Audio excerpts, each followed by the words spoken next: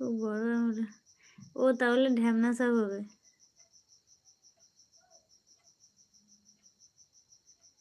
ঢ্যামনা সাপ বললো ওগুলো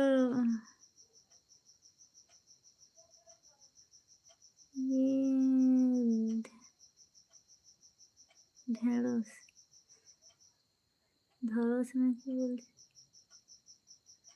ধরস না ঢ্যামনা সাপ ঢ্যামনা সাপ বলে আমাদের এখানে ঢ্যামনা সাপ বলে ওগুলো বড় হয়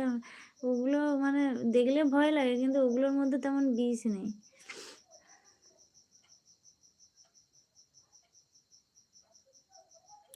আমার ঘরে তো ওই সাপগুলো বেশি ঢোকে ইঁদুর খোঁজার জন্য, বিশাল বড় তো ঢ্যামনা সাপ না হলে আর ওই যে